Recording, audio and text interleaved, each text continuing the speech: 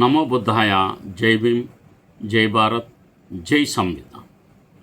తథాగత భగవాన్ బుద్ధునికి, పరమ పూజ్యులు బోధిసత్వ డాక్టర్ బాబాసాహెబ్ అంబేద్కర్కు వినమ్రంగా నివాళులు తెలియజేస్తున్నాను.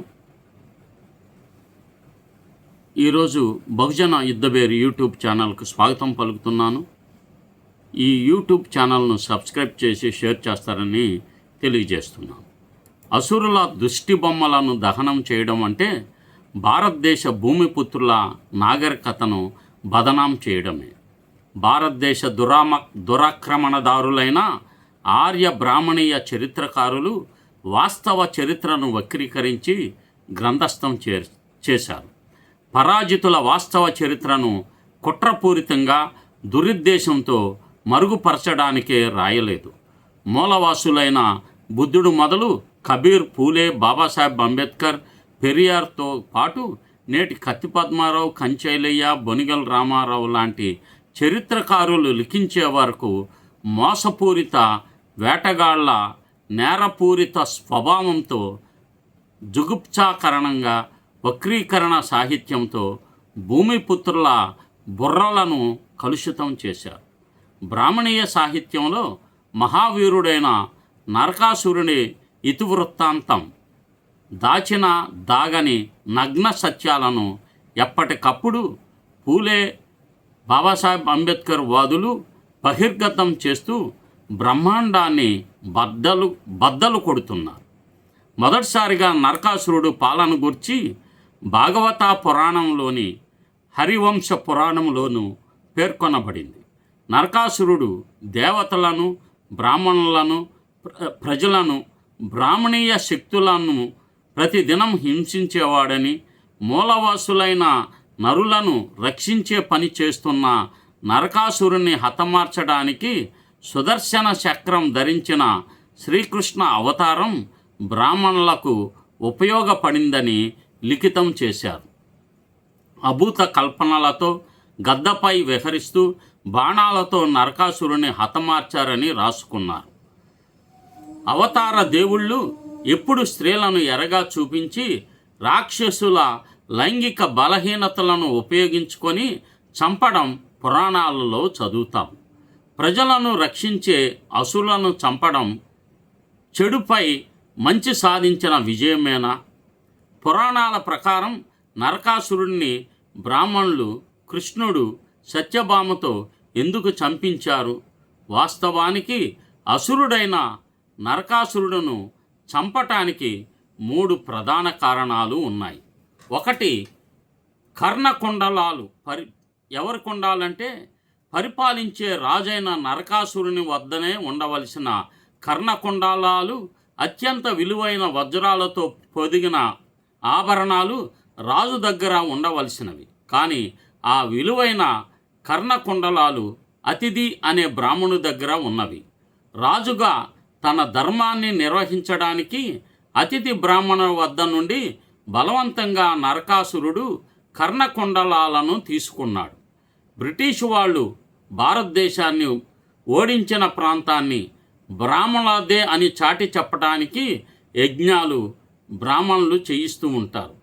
కేసీఆర్ తెలంగాణ ప్రాంతాన్ని మనువాదుల ఆధీనంలో ఉంచడానికే కోట్ల రూపాయలతో సుదర్శన యాగం చేసి తెలంగాణపై పెత్తనం మాలలు వెలివేసిన వెలమ దొరలది, రెడ్లది, కమ్మలదని చాటి చెప్పడానికే యాగం చేశాడు.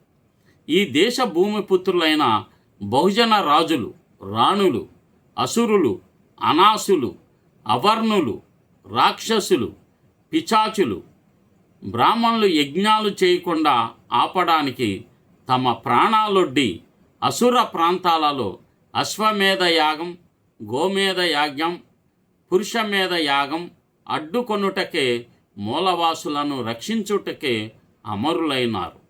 కానీ వైఎస్ రాజశేఖర రెడ్డి మరియు జగన్మోహన్ రెడ్డి, నారా చంద్రబాబు నాయుడు తమ కులాల కోసమే జలయజ్ఞం, భూయజ్ఞం, ఇసుక యజ్ఞం, ఎసైన్ ల్యాండ్స్ యజ్ఞం నిర్వహిస్తున్నారు. ఓబీసీ శాక్య కులస్థుడైన బుద్ధుడు యజ్ఞాలను దేవుడు, ఆత్మ, పునర్జన్మ, కర్మ, అంధవిశ్వాసాలను పూర్తిగా వ్యతిరేకించాడు. ఆ వాదనలు, నమ్మకాలు ప్రజలను తప్పుడు మార్గంలో ప్రయాణింపచేస్తాయని తెలిపారు. ఏదైతే హేతువుకు నిలబడుతుందో దానినే ఆచరించమని చెప్పారు. శాక్య అనగా తమిళంలో అంటరానితనం అని అర్థం. సమాజం దృష్టిలో నిజాలు చెప్పేవాడు ఎప్పుడూ అంటరానివాడనే ఉంటాడు. ఇప్పుడు ఉన్న సామాజిక స్థితిని బట్టి చూస్తే బుద్ధుడు శాక్య గణం అంటే మనకి బీహారు అటువైపు ఉత్తరాదిలో ఓబీసీగా నమోదైంది. పూలేను ఓబీసీ మాలిగాను, బాబాసాహెబ్ను మహరని చెప్పుకుంటున్నాం. కానీ వాస్తవంగా ఈ సామాజిక విప్లవకారులంతా రాక్షసులు, అసురులు, అవర్ణులే.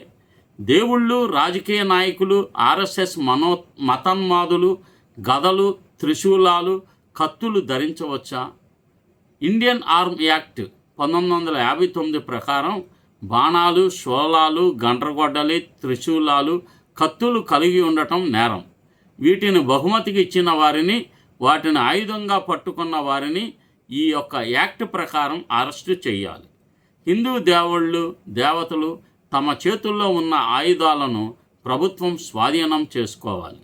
రాహుల్, మోదీ, అమిత్ షా, చంద్రబాబు, కేసీఆర్, జగన్ ఇలా చాలామందికి బహిరంగ సభలలో నిషేధింపబడిన ఆయుధాలను వారి పార్టీ చెంచాలు బహుమతులుగా ఇస్తున్నారు. ఆయుధాలను పట్టుకున్న వీరు ఎవరిని చంపడానికి ఆయుధాలను ఉపయోగిస్తారు? ఎస్సీ, ఎస్టీ, బీసీ మైనార్టీలనే కదా చంపడానికి ఈ ఆయుధాలు ఉపయోగించడం. ఒకప్పుడు సమైక్య ఆంధ్ర ఉద్యమంలో ఏపీ ఎన్జిఓలు సివిల్ వార్ చేస్తామని అశోక్ బాబు ఒక ప్రకటన చేశాడు. ఏ కులాల మీద సివిల్ వార్ చేస్తాడు? తప్పనిసరిగా బహుజన కులాల మీదనే దాడులు చేస్తామని ప్రకటన చేశాడు. బ్రాహ్మణీయ కులాల పార్టీలకు ఆయా పార్టీల బహిరంగ సభలో ఏ ఒక్కరైనా భారత రాజ్యాంగాన్ని ఒక బహుమతిగా ఇచ్చినట్లు మీరు ఎక్కడైనా చూసారా? బ్రాహ్మణీయ పార్టీలకు భారత రాజ్యాంగం పట్ల నమ్మకం లేదు కనుకనే ఆయుధాలను వీరు ధరిస్తున్నారు. ఆయుధాలు ధరించే ఆర్ఎస్ఎస్ వారిపై పోలీసులు కఠిన చర్యలు తీసుకొని క్రిమినల్ కేసులు పెట్టాలి. హిందూ దేవుళ్ళు ఎవరిని చంపడానికి ఆయుధాలు చేపట్టారు? నరకాసురుడు, రావణాసురుడి వారసులను, బలచక్రవర్తి, పూలే అనుచరులను, కాన్షీరాం, బాబాసాహెబ్ బిడ్డలను చంపటానికే ఆర్ఎస్ఎస్ ఆయుధాలను ఉపయోగిస్తున్నారు. ఇప్పుడు ఆర్ఎస్ఎస్ దీనిపై ఆయుధ శిక్షణ ఇచ్చి చంపడానికి దశాబ్దాలుగా పెద్ద ఎత్తున బహిరంగంగా చేస్తుంది. మొన్న శంషాపూర్ కానీ ఇది వరకు గుజరాత్ మారణకాండకు దానికి ప్రబల నిదర్శనం. బుద్ధుడు దశావతారాల్లో ఒక అవతారమని బ్రాహ్మణులు అగ్నిపురాణం రాసి అందులో బుద్ధుడిని గిరాసురుడు అని పేర్కొన్నారు. హిందువులు నవరాత్రుల పేరుతో చేసే కాళీమాత నవరాత్రులు, గణేష్ నవరాత్రులు, రామనవమి భారీ ఎత్తున చేస్తున్నారు. మరి బుద్ధుడు హిందువుల దేవుడైతే దేశంలో ఏ ఒక్క హిందువు బుద్ధ నవరాత్రులు ఎందుకు చేయడం లేదు? ఎందుకంటే బుద్ధుడు నిజంగా ఆర్య కులానికి సంబంధించిన వాడు కాదు. మీరు బుద్ధుణ్ణి కుట్రతో విస్మరించారు. మీకు హిందూ దేవుళ్ళు పట్ల అపారమైన నమ్మకం ఉంటే మీ దేవుళ్ళ విగ్రహాలను నఖశిఖ పర్యాంతం ఒక్కసారిగా పరిశీలిస్తే దిమ్మ తిరిగి నిజాలు బయటపడతాయి. బుద్ధుడు ఈ దేశ భూమిపుత్రుడు. బుద్ధుని యొక్క సన్నిహిత శిష్యుడు బిక్కు మహమ్మద్లాయాన్ని హిందువులు దీపావళి రోజున హత్య చేశారు. దీపావళి ఎవరి పండుగ? భారతదేశంలోని కొన్ని ప్రాంతాల్లో దీపావళిని నరకాసుర వధతో అనుసంధానం చేస్తారు. మరికొన్ని ప్రాంతాల్లో మహాబలి, బలిపాడ్యమి, విక్రమాదిత్యుడు, లక్ష్మీ పూజ వంటి విభిన్న కథనాలతో దీపావళి జరుపుకుంటారు. అంటే భారతదేశంలో పండుగలు అర్థాలు ప్రాంతానుసారంగా మారుతూ ఉంటాయి. బహుజన దృక్కోణం ప్రకారం నరకాసుర దహనం మూలవాసి ప్రతీకలను అవమానించడం అనే విమర్శ బలంగా ఉంది. బుద్ధుణ్ణి అర్థం చేసుకోవాలి, కేవలం అవతారంగా కాదు.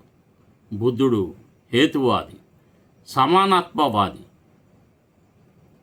కుల వ్యతిరేక మానవతావాది. అతని తత్వాన్ని అర్థం చేసుకోవడం అంటే అంధవిశ్వాసాలను ప్రశ్నించడం, కుల ఆధిపత్యాన్ని సవాలు చేయడం, మానవ సమానత్వాన్ని అంగీకరించడం. అందుకే బహుజన ఉద్యమాలు బుద్ధుణ్ణి ఒక సామాజిక విప్లవ ప్రతీకగా చూస్తున్నాయి. జై భీమ్, జై బుద్ధ. ఈ భూమిపుత్రులు చరిత్రను తిరిగి చదవాలనే పిలుపు ఇది నినాదం కాదు. భూమిపుత్రులు తిరిగి చరిత్రను సక్రమంగా చదవాలి. చరిత్ర మరిచిన వారు చరిత్రను సృష్టించలేరు. కనుక మీరు చరిత్రను విస్మరిస్తే ఆ చరిత్రే గుణపాఠం నేర్పుతుంది. నమో బుద్ధాయ. జై భీమ్. ఈ బహుజన యుద్ధభేరి యూట్యూబ్ ఛానల్ను సబ్స్క్రైబ్ చేయండి, షేర్ చేయండి, లైక్ చేస్తారని విజ్ఞప్తి చేస్తున్నాను.